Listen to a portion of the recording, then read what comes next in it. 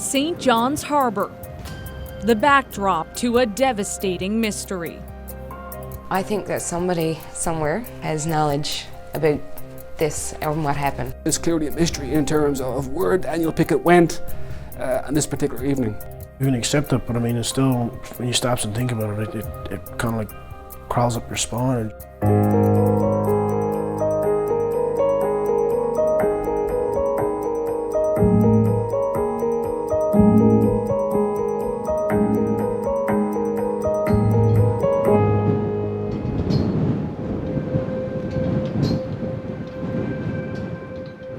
October 24th, 2006.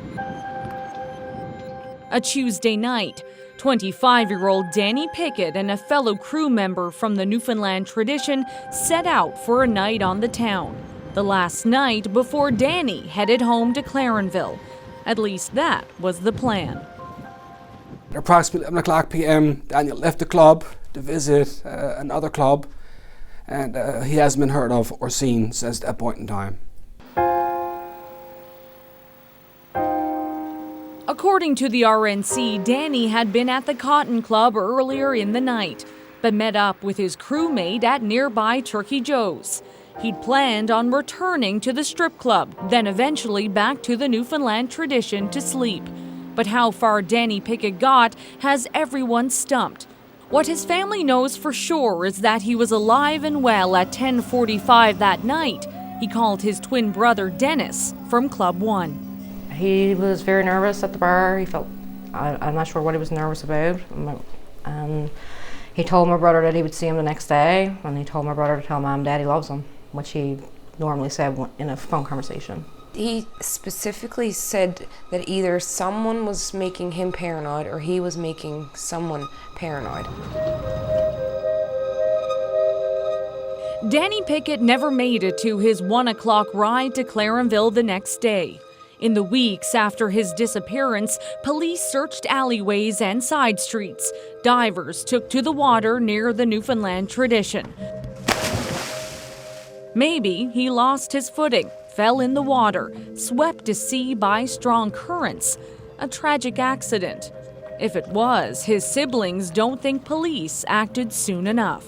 I think divers should have been put in the water within the first 24 to 48 hours, as soon as it was time, not a week later.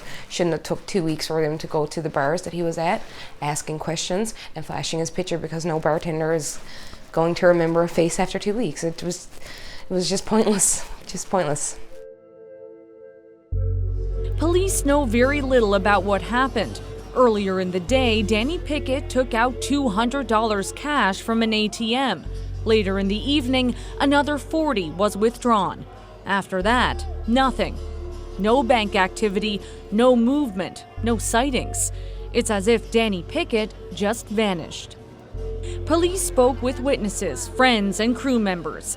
There's one person they'd like to speak with, an unidentified female, a woman who friends say Danny was planning on meeting that night. There's no description provided to the friends. There was no name, no address. In fact, the friend who he was with on George Street did not see this female. He only became aware of this information through communication with Daniel. And what about the phone call about Danny being nervous at the bar? Warren says they looked into that. We did review it. There was no real credibility established to that particular point, and we have no factual information to suggest that an altercation took place that evening between Daniel Pickett and another male.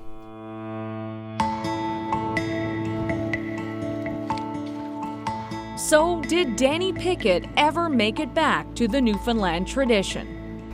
When the boat was checked, his watch and his wallet was aboard the boat, according to the first mate. I mean, no one goes downtown without their watch without their wallet anyhow. So I find that really suspicious. And then when a family member went to collect his items, the watch was gone. His family suspects something sinister. I definitely think he made it back to the boat. Yeah. I mean, he grew up around a fish plant all his life. So I mean, like, actually getting onto the boat and slipping, that's very unlikely. Fall turned to winter, winter to spring. 5 months passed, nothing. That is, until the snow began to melt, revealing the first piece of evidence found in the case: a jacket and hat matching the description of the clothing worn by Danny Pickett that night. The jacket is similar in terms of color, striping, make of the jacket, as well as the size, according to the family. The hat as well, the color, the white bib, the Martech name on the hat is similar to Daniel Pickett's. There was no evidentiary value other than the fact that they're similar in nature to Daniel Pickett's, but there's no signs of a struggle, there's no signs of any bloodletting on either the jacket or the hat.